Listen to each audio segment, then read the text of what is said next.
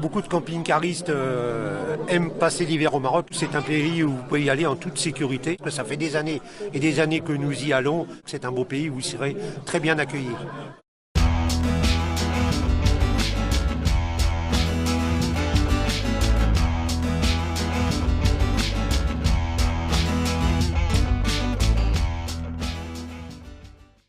Je suis Jean, donc accompagnateur. C'est la 6e année que l'on collabore pour Cap Latitude. Et notre spécialité à nous, ce sont les voyages au Maroc. Pour moi, le Maroc, c'est un pays qui accueille énormément, qui aime beaucoup les Français. Donc on voyage librement, on est comme chez nous, c'est une seconde patrie pour beaucoup d'entre nous. C'est pour ça que le Maroc est une destination prisée et qu'il y a tant de camping-caristes qui partent au Maroc et qui passent pour beaucoup une grande partie de l'hiver.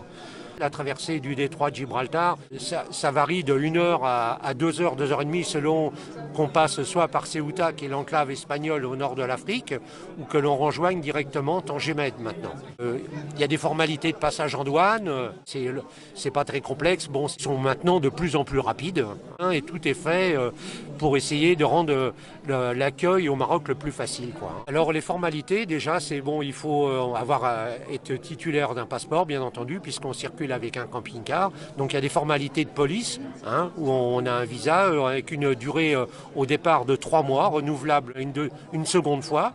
On a le droit de rester 6 mois au Maroc et avec son véhicule aussi 6 mois. Ensuite, il y a des formalités de douane. Vous avez un document d'admission temporaire pour votre véhicule qui est validé par les autorités douanières. En somme, c'est une sorte de carte grise provisoire pour rester au Maroc. Une fois cette frontière passée, vive le Maroc.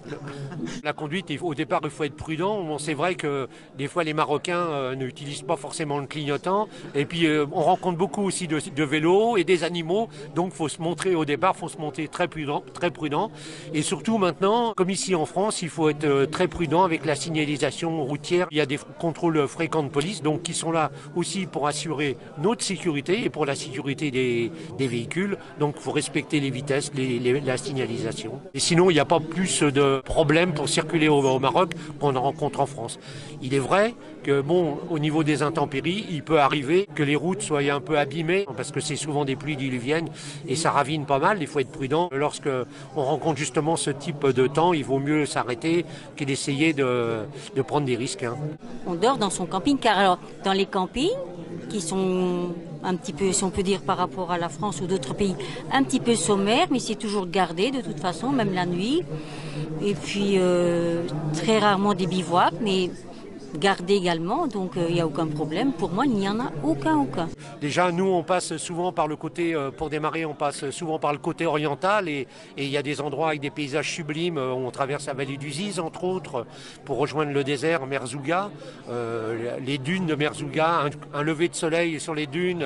Avec nous, on organise aussi un petit déjeuner dans les dunes. C'est vraiment des moments inoubliables.